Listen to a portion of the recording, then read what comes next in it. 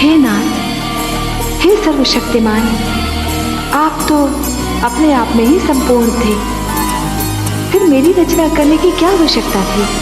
हे महादेवी, जैसे एक पुष्प सुगंध के बिना, वृक्ष फल के बिना और दर्पण छाया के बिना अधूरा होता है, उसी प्रकार एक पुरुष नारी के बिना अधूरा है।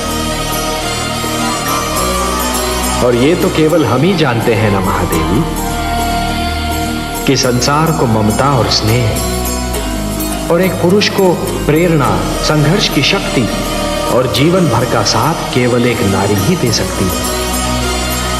इसीलिए हमने आपकी रचना की है और हम आपको एक सुंदर सा नाम भी देने जा रहे हैं, लक्ष्मी।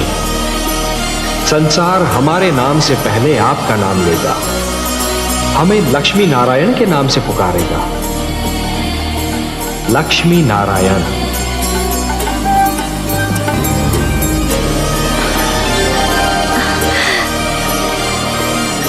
धन्य है आप प्रभु, आज आपकी लीला का एक अनोखा रंग देखा है मैंने।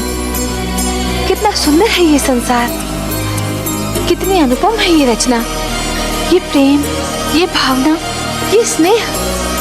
मनु और शत्रुपा की भावनाओं में जो फूल सी सुगंध, मधु सी मिठास और कलियों की कोमलता का अनुभव किया, वैसी भावनाओं से तो हम देवलोक वाले भी वंचित हैं प्रभु।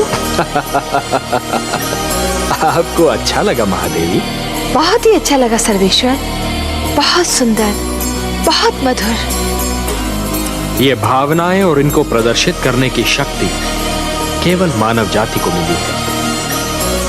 यदि मानव ने इन भावनाओं की रक्षा की तो ये भावनाएं उसे जीवन की प्रेरणा देंगी, उन्नति की शक्ति देंगी, उसे शांति का मार्ग दिखाएंगी। ये प्रेम, ये स्नेह और एक दूसरे का आदर करने की ये भावना ही मानव जाति को संस्कृति देगी, सभ्यता देगी, उसे उत्थान का मार्ग दिखाएगी।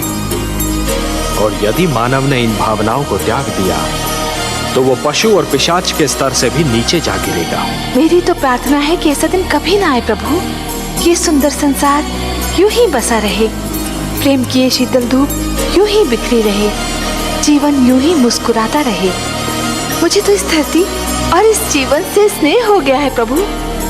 क्या बात है महादेवी,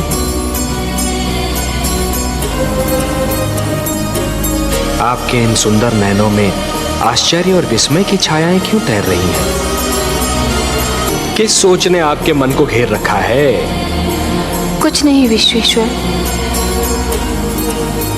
यही सोच रही थी कि यदि चित्रकार के बनाए चित्र को कोई बिगाड़ दे तो क्या उसे तनिक भी चिंता नहीं होगी? यदि कोई शिल्पकार की बनाई मूर्ति को तोड़ने की चेष्टा करे तो क्या उसे तनिक भी दुख नहीं होगा? यदि कोई चित्रकार अपना चित्र किसी को उपहार में दे दे तो उस चित्र को संभालना उपहार पाने वाले का कर्तव्य है। कोई शिल्पकार अपनी मूर्ति किसी को भेंट दे दे तो उस मूर्ति की देखभाल करना भेंट पाने वाले का कर्तव्य है। वैसे हम समझ गए कि आप पूछना क्या चाहती हैं। आप तो अंतर्यामी हैं। लगता है आप हमारी धरती पर घटने वाली घटनाओं से पीड़ित हो उठी। हाँ पद्मनाभ, मैं बहुत दुखी हूँ। क्यों हो रहा है ये सब? क्यों मचा है ये हाहाकार? प्रेम बनाया था तो घृणा क्यों बनाई? जो हो रहा है हो सकता है वो वही हो जो स्वयं विधाता ने लिखा हो। और अपना लिखा तो स्वयं विधाता भी नहीं मिटा सकते ना। हे महादेवी, हो सकता है कि ये मानव की परीक्षा हो, उसके कर्मों की परीक्षा हो। पर ऐसा संसार और ऐसा मानव आपने बनाया ही क्यों नारायण, जो आपकी बनाई धरती पर अंधेरा फैला रहा है? तो आप क्या चाहती थी कि हम केवल दिन बनाते और रात्रि न बनाते? फिर मानव को अंधेरे उजाले का अंतर कैसे जान पड़ता? विष न होता तो अमृत की महत्ता कैसे जानी जाती? पुष्प के साथ कांटे न होते तो पुष्प के सौंदर्य को कौन जान सकता? पतझड़ न आती तो वसंत ऋतु इतनी सुहानी कैसे लगती? हमने मानव को बनाया है देवी। मानव इतिहास को बनाने का कार्य हमने अपने हाथों में नहीं रखा, वो तो उसी पर छोड़ दिया है।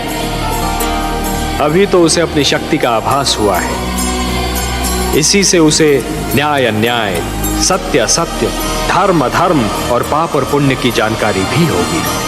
हमने बुद्धि दी है मानव को, विवेक दिया है उसे। और यदि मानव ने विवेक से कार्य नहीं किया तो? यदि धरती पर रात्रि इसी प्रकार दिन को निगलती रही तो?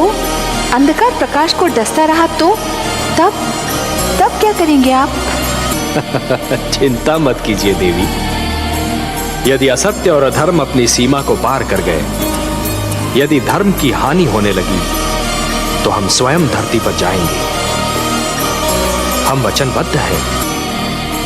परित्राणाय साधूनां विनाशाय च दुष्कृतां धर्म संस्थापनार्थाय संभवामि युगे युगे।